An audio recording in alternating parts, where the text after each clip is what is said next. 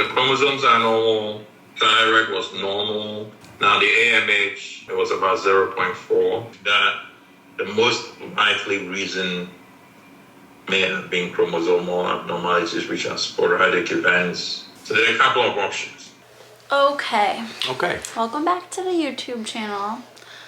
This is sort of just an update with our infertility journey. So if you're new here, I'm Alessandra. This is my husband, Josh. We have a 3-year-old son, Kai, and we've been trying for baby number 2 for like 14 or 15 months now. So a little over a year. And I have 3 other videos kind of walking you through our journey so far. So those are more in depth about each loss, but we've had 3 miscarriages over the last year. And after the second one, I started doing a bunch of blood work. So that was in like one of the last videos that you guys probably got updated on here. And we basically like exhausted everything we could do with the midwife clinic that I'm at. So they referred us to the fertility clinic. So we're at the Yukon Cars facility for those of you who are local here in Connecticut. They've been amazing. But the, I guess, ironic part of that story so far is, and I might have gone over this in the last video, I can't remember, but we had our last miscarriage in August, and previous to that, back in June, we had made the fertility clinic appointment. They book like 3 months out, like you had to wait a long time. So when I found out I was pregnant this last time, I canceled it like the week before, and by some miracle they just didn't actually cancel it. So we still got to have our fertility clinic appointment without waiting again. So we started that whole process, and basically what that has looked like so far is he ran all of the blood work again for both of us. We both had like the karyotype blood work. We both had just like a baseline Gene carrying blood work. They tested all of my levels again as far as like progesterone, estrogen, and like vitamin D, thyroid, things like that. Like everything he possibly could have tested. He had an analysis done as well. So we did that over the course of like a month, booked our follow-up appointment, and we had that last week. Up until like before we had this follow-up appointment, I would say we were pretty like against IVF. We had a conversation at dinner one day, and we just kind of decided it wasn't for us. But at that time also I didn't really know what it entailed, and I was basing that decision off of like what I had seen on social media, which people are typically going to share the hard parts and the challenging parts. That's with anything, right? With like businesses, like you often see like people like to leave the negative reviews. It's just like what we naturally do. So I've talked to a few people in our life personally who have done it, especially at this clinic, and kind of just also understood, you know, the only thing that came up with my blood work that was sort of off was my AMH was borderline low. So what your AMH is, it's anti-Müllerian hormone. Basically that, along with the ultrasound that I had done, they also had me do a saline ultrasound where they fill your uterus up with liquid basically to look at the shape, but they noticed I didn't have a lot of follicles for that cycle. And then with the AMH being like borderline, they kind of just come to the conclusion that you have a diminished ovarian reserve. So like the number of eggs that I have is at a lower point than they would expect for my age. So that's really the only thing that like came up as like a red flag.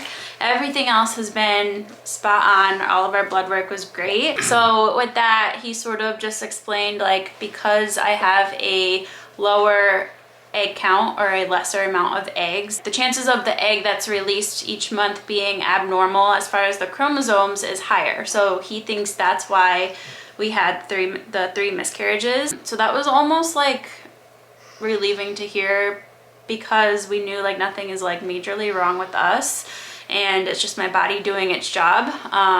But with a low AMH and a diminished ovarian reserve, there's not really anything you can do. Like, you're born with a certain amount of eggs, and there isn't really anything you can do to increase that amount. It's just usually genetic. I think things like smoking and obviously not taking care of yourself can reduce that.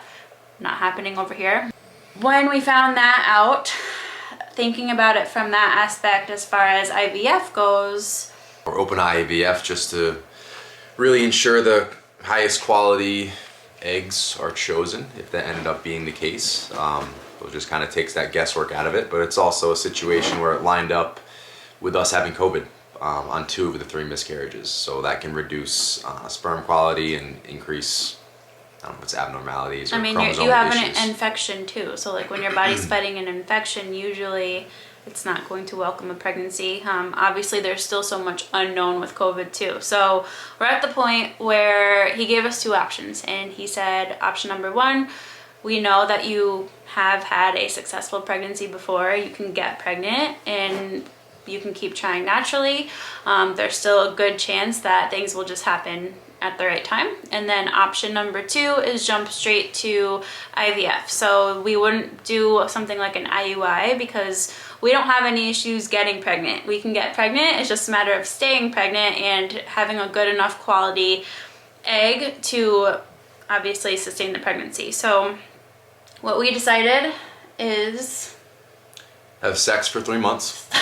We're gonna try to January, and if we are not pregnant by then, we will do IVF. Yep, so we're open to it, like Josh said before. Just, I think for me personally, like after going through 3 losses, like having that knowledge and knowing that the egg that we have chosen to reinsert is a good quality egg, doesn't have any chromosomal issues, because they'll test all that before. They're only gonna use the best egg that they retrieve. So I think knowing that ahead of time will be beneficial mentally for me. Like that would seemingly give us better chances, but we're still just gonna take these next few months and continue trying naturally, see if anything happens, and IVF is the option number 2, plan B. So that is the update. That's where we're at right now, and we both, we feel good about it. I feel very positive, and I'm glad there's nothing like major going on, and still very hopeful that things will work out. So we will keep you posted. And just as a reminder too, it's really easy to share your story, or maybe someone you know has been struggling with infertility and then got pregnant and they did X, Y, and Z to do so. It's infertility and not being able to get pregnant or suffering from losses. There's such a wide range of things that can be going on. So I don't think advice as far as that goes is super helpful, because you have no idea what somebody's lab work says. You have no idea, anything about their health when it comes to all of that stuff. So, things that people have recommended to us just wouldn't make sense, because everything is great for us. We are super healthy individuals. We pay attention to, I track my cycle. I do all the things. So, a lot of the general advice when it comes to this stuff just does not apply. So yeah, that's just my little end rant. Just be a supportive person if there's somebody in your life going through it, and just don't feel the need to offer advice like that, because you just have no idea what could or could not be causing it. So that's that, but that's the update, and we'll catch you guys in the next video. Good night, Kona.